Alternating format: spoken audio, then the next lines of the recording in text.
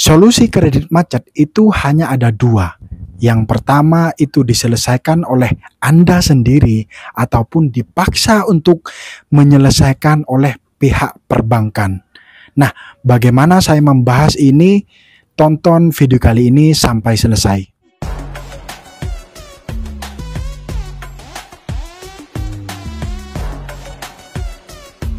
Selamat datang kembali di channel ini. Mudah-mudahan kalian yang saat ini sedang terlilit hutang dimudahkan kerjaannya agar mampu melunasi hutangnya. Pada video kali ini saya membahas seputar kredit macet, khususnya pinjaman KUR di Bank BRI. Meskipun KUR tersebut banyak perbankan yang menyalurkan, namun ada banyak yang berkomentar di video sebelumnya mengalami kredit macet karena usahanya bangkrut dan memang sudah tidak berjalan lagi, sehingga saat ini belum mampu membayar dan rasa takut, panik, cemas, gelisah, campur aduk yang kemudian konsentrasinya itu juga terganggu sehingga tidak fokus terhadap pekerjaan ataupun usahanya, yang kemudian menyebabkan rasa cemas itu tadi. Nah teman-teman, Bapak Ibu, menjalani bisnis, menjalani usaha itu sangat tidak mudah.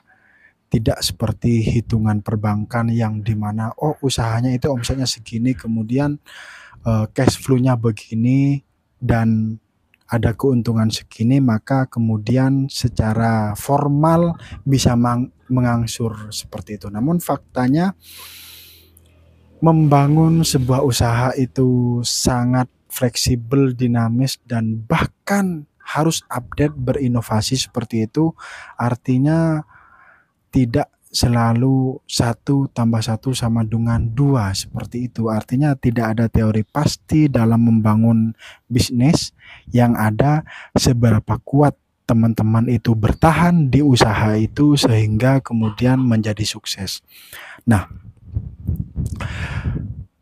kemudian ada banyak yang berkomentar di video sebelumnya bahwa mengalami kredit macet karena faktor usahanya sudah tidak jalan lagi, usahanya sudah bangkrut, sehingga jangankan mau bayar perbankan, mau bayar kredit, buat makan saja itu sulit. Nah, apa yang untuk ngangsur seperti itu, ataupun uang apa yang mau dipakai untuk mangsur? Meskipun dalam perbankan itu tidak tahu menahu soal kondisi seperti ini. Yang dibahas di perbankan, jika teman-teman mengalami kredit macet, maka mau diselesaikan atau dipaksa diselesaikan. Diselesaikan itu faktornya ya harus dilunasi, entah solusinya di take over atau bahkan menjual aset secara sukarela, atau dipaksa untuk selesai ya dilelang seperti itu kalau ada jaminan.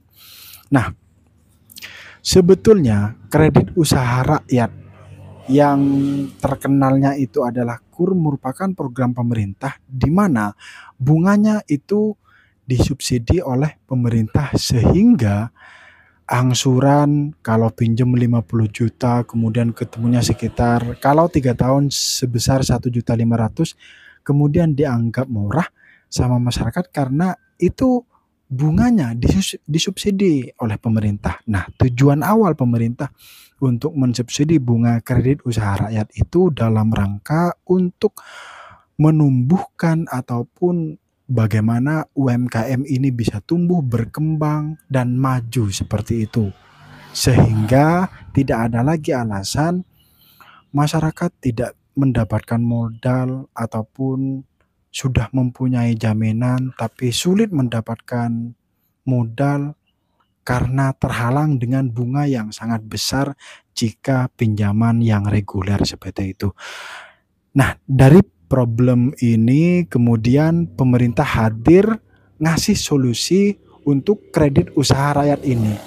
Namun di sisi lain, pinjaman KUR yang sebetulnya secara bunga itu merupakan solusi konkret dibanding dengan pinjaman-pinjaman reguler, baik perbankan yang konvensional maupun BPR seperti yang dimana bunganya sangat tinggi. Namun ada kejadian lain. Ternyata membangun usaha itu sangat tidak mudah. Tidak seperti modalnya seperti ini, kemudian kalau kita kulaan seperti ini, sebanyak ini mendapatkan keuntungan sebenarnya.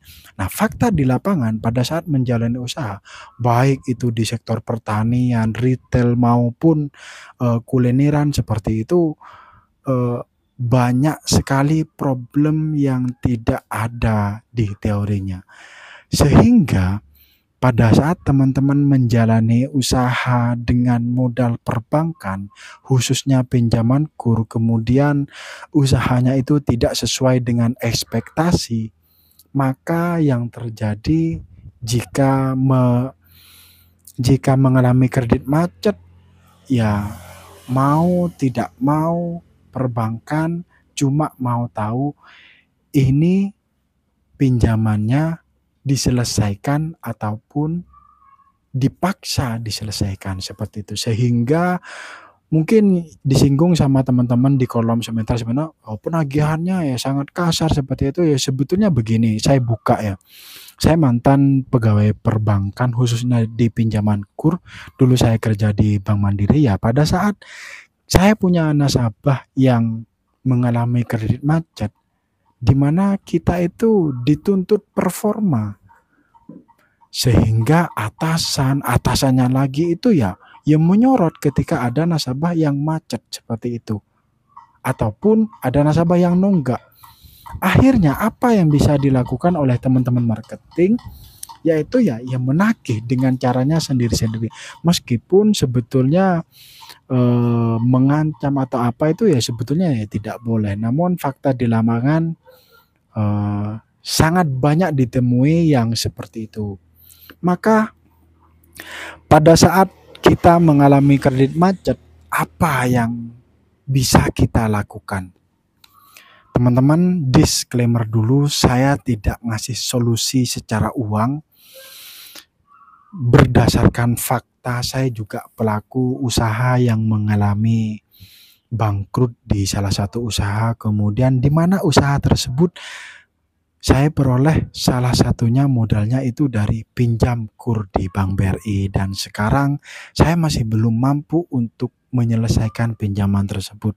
Memang tidak banyak, saya cuma pinjam 50 juta, namun saya merasa kesulitan, usaha bangkrut kemudian tidak bisa membayar, sehingga saya mempunyai kredit macet seperti itu. Saya sharing ke teman-teman, yang namanya mengalami kredit macet itu teman-teman, itu pasti tidak enak. Yang pertama itu tidak enak kepada marketing, itu pasti, karena sedari awal kita merasa sudah dibantu, dibiayai modal sehingga cair, kemudian kita bisa merintis ataupun mengembangkan usaha. Namun pada saat usaha berjalan kemudian kita tidak bisa mengangsur secara tertib, bahkan macet. Nah itu kalau saya itu tidak enak kepada marketing. Yang kedua, yang namanya kredit macet itu teman pasti mengganggu dalam hal perekonomian juga terganggu, dan juga hubungan kita antara tetangga pun itu juga bahkan sedikit terganggu menurut saya, karena khawatir ada pihak dari bank itu menagih kepada rumah kita, kemudian didengar oleh orang sehingga ketahuan oleh orang kalau kita mempunyai kredit yang belum lunas ataupun kredit yang macet di perbankan, dan itu juga dirasa tidak enak. Bahkan yang paling menakutkan, jika kalau cuma persoalan sosial itu mungkin sudah tidak enak, tapi ada faktor lain yang paling menakutkan pada saat pinjaman tersebut pakai jaminan, baik itu sertifikat maupun BPKB sepeda motor dan BPKB mobil seperti itu. Kenapa? Pada saat kita mengalami kredit macet, maka marketing perbankan ataupun pihak dari perbankan yang diwakili oleh kolektornya seperti itu, ya kalau kita tidak segera menyelesaikan maka arahnya ya jaminan tersebut yang kemudian kita harus relakan untuk menutup ataupun melunasi hutang yang kita tunggak seperti itu. Meskipun sebetulnya pinjaman kur saat ini beredar kabarnya bahwa pinjaman di bawah 100 juta, maksimal 100 juta itu tanpa jaminan, namun faktanya tidak banyak perbankan himbara yang kemudian menjalankan prosedur itu. Yang saya tahu, saya cuma mendengarnya dan itu fakta, hanya BTN yang menjalankan fakta itu, yaitu pinjaman 100 juta itu tanpa anggunan. Namun yang menonton video kali ini ada banyak sekali yang pinjam di bawah 100 juta yang memiliki anggunan ataupun jaminan seperti itu. Contohnya saya pinjam 50 juta jaminannya BPKB sepeda motor. Ada beberapa BPKB sepeda, sehingga ya kalau pinjaman ini belum lunas rasanya kayak gimana gitu.